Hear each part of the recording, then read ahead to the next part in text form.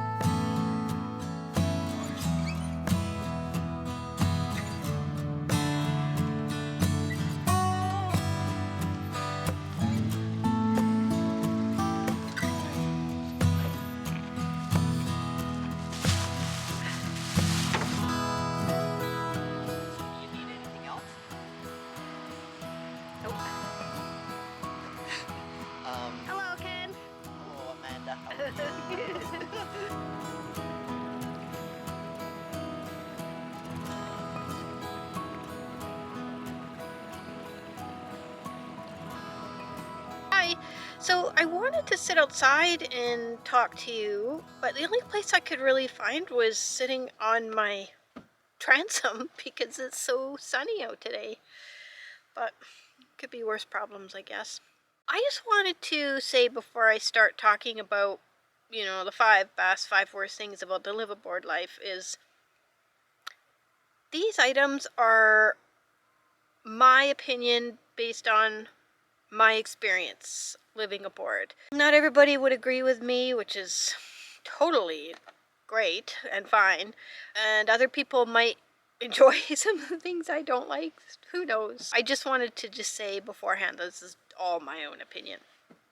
So I'll start with the not so good things. To me, the worst thing is the judgment you get from people when they find out that you live on your boat. I don't know if that's just where I live or if that's all over. People do tend to think that, oh, there's a bee. That's a, oh, I hate these bees. I hate these bees. When you tell people that you live on your boat, you get this look of, oh, like, oh, really? Like it's something that you're doing because you have to and you have no other choice. I live on my boat because I choose to, because I love this life. I'm not doing it because I became homeless. I actually sold my condo on purpose and bought this boat with cash in order to live on it. Judgy people is the thing that it used to drive me really crazy, but now it's just, you just kind of expect it. The second thing that's challenging as a liveaboard is finding long-term places to anchor. So by long-term, I mean probably 30 days or more. In British Columbia, if you tend to hang around too long at a spot, locals that perhaps live on the shore or people who really have no business telling you what you should or shouldn't do tend to come and give you a hard time. In Canada, you can anchor your boat in federal water for as long as you want. As long as you're not breaking any rules, as long as you're not infringing upon First Nations rights, and as long as you are not dumping, you're allowed to pretty much anchor wherever you want. Oh yeah, and you can't be blocking marine traffic, which is a no-brainer. You don't want to be doing that anywhere. People get it into their head that, if they've enjoyed the water in front of their home without boats anchored in it for a long period of time, they tend to think that they, unless they have foreshore rights, they tend to think that they actually own that waterfront, which nobody owns waterfront other than the federal government. I can understand if a liveaboard comes along and they're dumping their sewage in the water, if they're making a bunch of noise, if they're just generally being disrespectful. Absolutely. I absolutely understand why having somebody in a spot in front of your property or somewhere where you are not used to seeing someone there can bother you, but people just tend to, and I'm generalizing of course, but people tend to judge before they know all the facts. The third most challenging thing for me is uncertainty. When you live aboard, you don't really have, unless you're at a dock, uncertainty about where you're going to spend the winter. Myself, because I am a solo sailor, I am not 100% comfortable moving around in the winter. So I prefer to find a good spot where I'll be relatively safe from the winds, or if necessary, I can get to shore and stay on shore if the wind gets too much or the weather gets too much. This winter, I didn't know until August where I was going to be spending the winter. The third most challenging thing is uncertainty. If you're going to live the live aboard life, you have to be comfortable with uncertainty. The fourth most challenging thing is not having easy access to showers. I sure miss having showers. I think the last time I had a shower, an actual shower, and don't get grossed out, but the last time I had an actual shower was 2 months ago. Don't get me wrong, I stay clean. I wash my hair, wash myself, all that good stuff. But there's just nothing like a good shower. So living aboard, you have very limited access to showers. I'm used to it now, but I still really miss regular showers. The fifth and most challenging thing for me is lack of access to the internet. Internet's really difficult to come by up north here. Without a good cell booster, it's really difficult to get cell service. So a lack of internet is probably the fifth most challenging thing for me. So the good stuff. And there's lots of good stuff. I just limited it to 5. So the best thing, I think, is the absolute freedom I have in my life. I can move my home to wherever I want, on the water, of course. I can work whenever I want. I can wake up whenever I want. I can go to sleep whenever I want. Freedom in my life is, and always has been, super important to me. I have never been very good at having to be somewhere at 9 a.m. in the morning, taking 15-minute breaks, and then leaving at 5 p.m. to get home. And that was my life for a long, long time, and I just can't imagine ever going back to that. Second thing I love the most about the liveaboard life is that it's a slow-paced life. When I lived in Vancouver, oh my gosh, I was busy all the time. All the time. I was tired all the time. I was stressed out all the time. But I live such a slow-paced life now. I wake up in the morning and I start my fire, make a coffee, and I probably read for 2 hours before I take Buttercup out. And then I get back to the boat, and if I want to work, I will. If I don't want to work, I won't. I go for a kayak, a paddleboard. I could just go back to bed. It is such a slow-paced life, and I don't have to be anywhere at all. I 100% of the time can be exactly where I want to be, and I love it. I love it. Another good thing about this life is, for me, how it has changed me. It's made me a different person. It's made me a lot calmer, a lot happier. It's made me a much more confident person. I have so much more confidence in myself. I have more confidence that I can accomplish things that I never could have imagined before. So it's really made me, I think, a much better person than I was. Wasn't a horrible person, but I just really like the person I've become since living on my boat.